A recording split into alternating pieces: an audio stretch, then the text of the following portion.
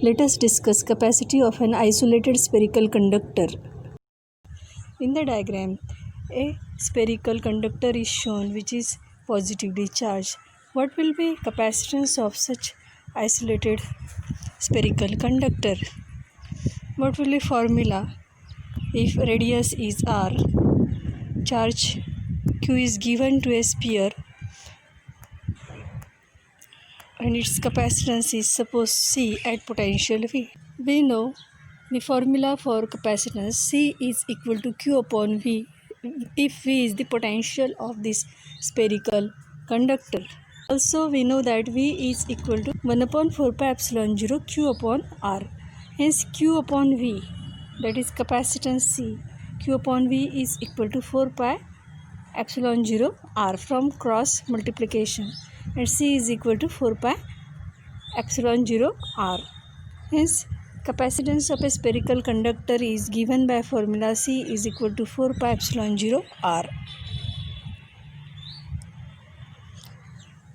Now let us study what will be the sharing between the two spheres if they are connected by some wire. Suppose there are two spheres. First sphere is of radius r1, second sphere is of radius r2. If first sphere is charged with charge q1 coulomb and it has capacity c1 at potential v1, then q1 is equal to c1 v1. And second capacitor suppose has charge q2 and capacity C2 at potential V2, then Q2 is equal to C2 V2. Using the formula of C is equal to Q upon V, the charge Q2 is equal to C2 V2.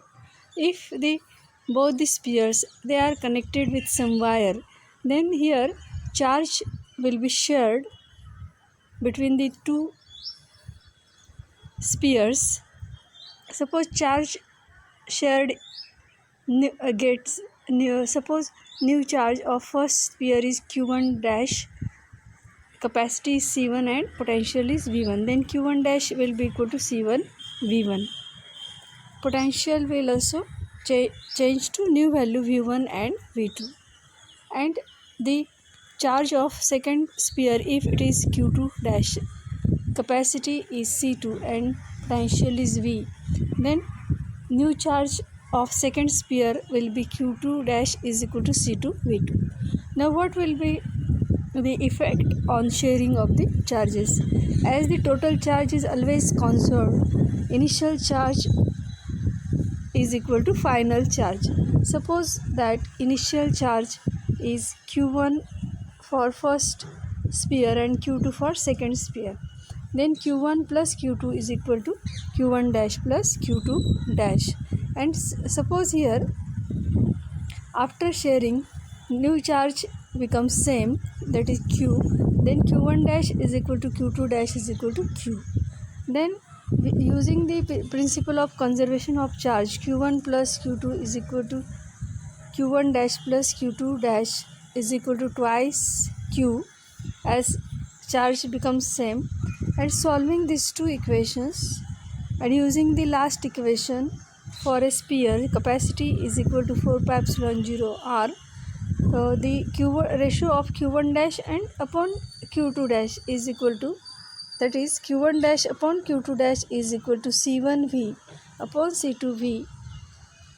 It is equal to 4 pi epsilon 0 r1 into v upon 4 pi epsilon 0 r2 into v. V gets cancelled using formula of capacity of a sphere, and hence we get it is equal to r1 upon r2. When two spheres are not same, their radii are different, and then only charge q1 dash and q2 dash are not same as q. What will be common potential after sharing the charge?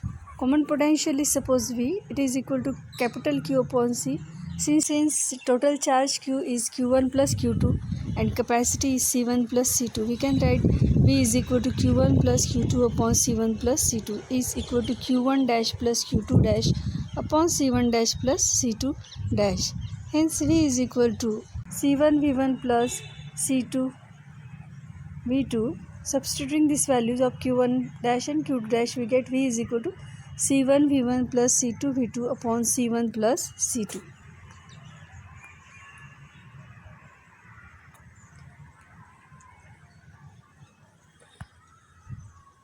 While charging, work done is stored as a energy, and energy loss is given by initial energy minus final energy. Initial energy of the two spheres before sharing, initial energy is 1/2 c1 v1 square plus 1/2 c2 v2 square, and final energy is 1/2 into bracket c1 plus c2 bracket complete into c1 v1 plus c2 v2 upon c1 plus c2 bracket square.